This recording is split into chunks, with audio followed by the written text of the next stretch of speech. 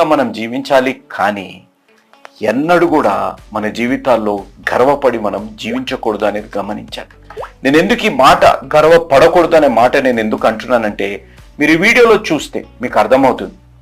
ఈ వీడియోలో సింహం దగ్గరికి ఒక చిన్న జంతువు వస్తే సింహము బిడ్డ వస్తుంది ఆ జంతువు తింటాను, కానీ సింహం ఏం చేస్తుంది? క్రూర మృగం సింహం. కానీ సింహం చేస్తున్న పనిని మనం అక్కడ గమనిస్తే ఆ చిన్న సింహాన్ని ఆపుతుంది. అనగా మనం శక్తివంతులం, మనం క్రూర మృగాలము కాబట్టి మనకు నచ్చింది మనం చేయొచ్చు, మనం నచ్చింది మనం తినొచ్చు అని అనవచ్చు. కానీ ఈ సింహము పిల్లకి అనగా కబ్బుకి నేర్పిస్తుంది మన జీవితాల్లో మనం ఎంత శక్తివంతమైన వారమైనా, ఇతరులు కొంచెం కష్టంలో ఉన్నా, ఇతరులు బలహీన పరిస్థితుల్లో ఉన్నా మనం తగ్గింపు కలిగి మనం జీవించాలి. జీవితంలో ఎప్పుడు కూడా తగ్గింపు కలిగి జీవించడం ఎంతో ఆశీర్వాదకరము అనేది మనం గ్రహించాలి. కాబట్టి ఈరోజు చాలా మంది కుటుంబాలలో నేను